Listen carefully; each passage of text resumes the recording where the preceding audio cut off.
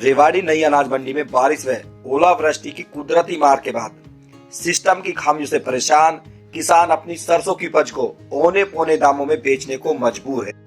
वैसे तो रेवाड़ी जिला हरियाणा में सरसों उत्पादन में नंबर 1 है, लेकिन यहाँ के किसानों को न्यूनतम समर्थन मूल्य 5450 की बजाय कम दामों में अपनी फसल बेचनी पड़ रही है। रही सही कसर सरसों की लैब जांच के नाम पर किसानों को प्रताड़ित करने का काम किया जा रहा है। जब इसकी पड़ताल की गई तो चौंकाने वाले खुलासे सामने आए।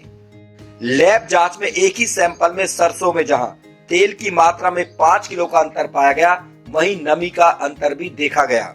बता दें कि सरसों की लैब जांच में सरसों के अंदर नमी की मात्रा व 1 क्विंटल सरसों में कितना तेल निकलेगा इसकी जांच की जाती है। इसी के आधार पर आढ़ती सरसों की बोली लगाते हैं। यदि तेल की मात्रा ज्यादा होगी तो भाव भी अच्छे मिलेंगे। लेकिन जिस तरह से रेवाड़ी नई अनाज मंडी में लैब जांच में एक ही सैंपल में सरसों के तेल में 5 किलो तक का अंतर पाया गया, कहीं न कहीं 1 क्विंटल पर 500 रुपए तक की चपत किसानों को लग रही है। जब मार्केट कमेटी सचिव से इस संबंध में बात की गई तो उन्होंने कहा कि लगातार इस तरह की जांच की जा रही है, किसी को बख्शा नहीं जाएगा। मंडी प्रशासन लगातार किसानों की बेहतरी के लिए काम कर रहा है और लगातार करता रहेगा। सभी लैब संचालकों को हिदायत दे दी गई है, यदि कोई सुधार नहीं हुआ तो कार्रवाई करेंगे। अब देखना होगा कि आने वाले समय में किसानों को कोई राहत मिल पाती है, यूं ही नमी के नाम पर किसानों से उसका हक छीनना जाता रहेगा। अब आपको दिखाते कि नई अनाज मंडी में अपनी उपज को लेकर पहुंचे किसान ने क्या कहा, वहीं इस पर मंडी प्रधान का क्या कहना है। वहीं दूसरी ओर बात कर ले तो मार्केट कमेटी सचिव नरेंद्र यादव ने क्या कहा। क्या नाम है जी आपका? उत्तम सिंह यादव। कौन सा गांव है? कमालपुर। आप अपनी उपज लेकर आए थे सरसों, यहाँ पे जिस तरह से जब लैब की गई तो काफ़ी डिफरेंस मिला, क्या कहेंगे इसको लेकर? कमेटी ने कहा कि ये मॉइस्चर है, ये आप ज़्यादा चल रहा है मौसम की वजह से, वैसे नमी भी है।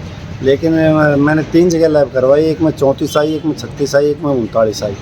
अब वो कहते हैं जी मॉइस्चर ये है, तो एक में मॉइस्चर में 8 पॉइंट कुछ है, एक में 9 पॉइंट कुछ है, और जो हेफेड वाला जो वेट वाला जो था उसमें 16% मॉइस्चर है। कहीं ना कहीं जिस तरह से नमी का वेरिएशन आ जाता है, भाव में भी फर्क पड़ता है।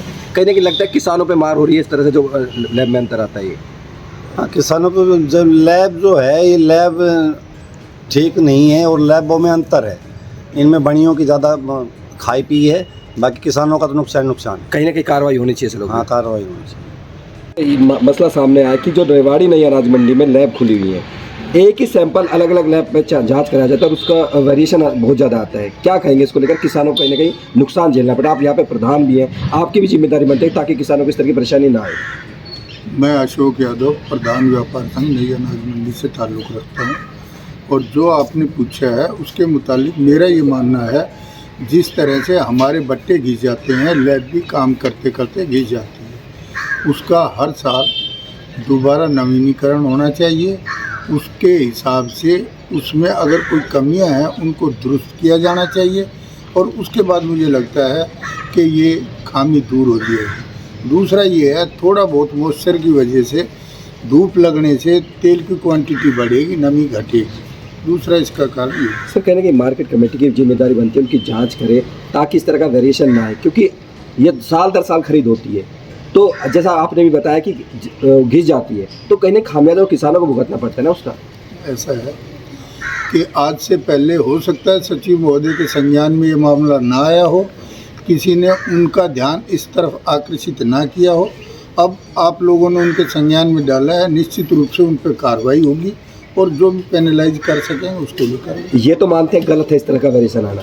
210% गलत है। बल्कि इसका सबसे बड़ा ये है कि मार्केट कमेटी में जो किसान भवन में लैब है, वो किसी ट्रेंड आदमी को, इन लोगों को ठेके पे देनी चाहिए, ताकि ये अपने हिसाब से उसके ऊपर, और वही ऑथेंटिकेटेड मानी जानी चाहिए। सर एक लाइसेंस की भी बात है, किसी के पास लाइसेंस भी नहीं है, जबकि कहीं ना कहीं सत्यापन तो होना चाहिए। कोई भी मापतोल की बात होती है, सत्यापन होता है, लेकिन ऐसा यहाँ पर नहीं है।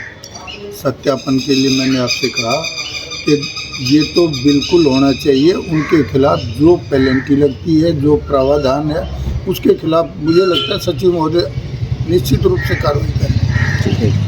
सर आज एक किसान आपकी मंडी में अपनी उपज लेकर पहुंचे सरसों, तो उन्होंने 3 जगह अलग अलग लैब कराई, उसमें एक सरकारी लैब आपकी भी शामिल है। तीनों जगह अलग अलग अंतर मिलता है और काफ़ी अंतर मिलता है। इसको लेकर क्या कहेंगे? जिस तरह से किसानों को पहले बरसात की मार पड़ती है, इस तरह से किसानों को परेशान होना पड़ता है। मेरे संज्ञान में अभी आया है कि लैब अलग अलग मात्रा दिखा रही है, प्राइवेट लैब है। लैब वालों के बुला के मैंने उनसे जो है पूछताछ की है कि ये किस वजह से आपकी जो है ये डिफरेंस आ रहा है। इससे पहले मैंने 1 सप्ताह पहले भी इनको बुला के और अपनी लैब जो है उसकी एक्यूरेसी के लिए इनको बोल दिया गया था। अगर इस प्रकार का कोई अंतर आ भी रहा है तो ये जो अंतर है ये मॉइस्चर ज़्यादा होने की वजह से सरसों में उसकी वजह से आ रहा है। जैसे ही सूखा माल आएगा तो ये एक्यूरेसी भी आ जाएगी और इस तरह के मामले जो शिकायत आ रही है वो भी नहीं आएगी। सर एक सैंपल विद मिनिमम 3 मिनट का difference, how can it possible कि वो अलग अलग डिफरेंस आ सकता है? हाँ, ये तो बात ठीक है आपकी कि एक ही सैंपल जो है वो अलग अलग दिखा रहा है। तो इसके बारे में मैंने इनको लैब वालों को बुला के और इनको सख्त हिदायत दे दी है कि या तो ये अपनी लैब को बंद कर दे और अदरवाइज अपनी एक्यूरेसी रखने लगे। एक सर्टिफिकेशन का मसला भी है कि कोई भी लैब सर्टिफाइड नहीं है, जबकि सर्टिफाइड होनी चाहिए। आखिर विश्वसनीयता कैसे इसके बारे में मुझे जानकारी मिली है कि ये सर्टिफाइड है नहीं है, इसके बारे में मैं जो है पूछताछ करके कहाँ से सर्टिफाइड होती है और कहाँ पे इनकी जो है कार्रवाई की जानी है वो उसमें मैं संज्ञान लूँगा। एक सर खरीद को लेकर वो नहीं पाई, हैपर्ड में जो कमर्शियल खरीद की बात थी वो भी नहीं हो पाई, तो सरकारी खरीद जो एमएसपी पे होनी है वो कब से शुरू होगी? कमर्शियल परचेज तो इसलिए नहीं हो पाई क्योंकि मॉइस्चर जो है नॉर्म स्पेसिफिकेशन के हिसाब से वो पूरा नहीं कर रही कोई भी डेयरी। हमारे हैपर्ड वाले मैनेजर और इनकी जो परचेज टीम है वो रोज़ आती है, डेयरिया चेक करती है। जो डेयरी सारी लगभग आई थिंक कोई हुई नहीं ना, तो कोई भी डेयरी जो है इसमें नॉर्म स्पेसिफिकेशन में नहीं पाई गई। जैसे ही डेयरी नॉर्म स्पेसिफिकेशन में पाई जाएगी उसकी खरीद की जाएगी। कि आज मेरी डीएम साहब से बात हुई है तो वो कह रहे हैं कि मोस्ट प्रोबेबली 1 अप्रैल से हम कर देंगे। बाकी अगर मीनवाइल कोई डेयरी आ भी जाती है तो वो ये चेक कर लेते हैं उसमें और फार्मर को संतुष्ट करके भेजा जाता है कि भाई तेरी नॉर्म स्पेसिफिकेशन में नहीं है। एक कंडीशन थी सर 8% और 40 वाली, उसमें अब क्या किसानों को कुछ रियायत दी गई है? 8% मॉइस्चर से नीचे की ही डेयरी 8 या 8 से नीचे की नॉर्म स्पेसिफिकेशन में आती है।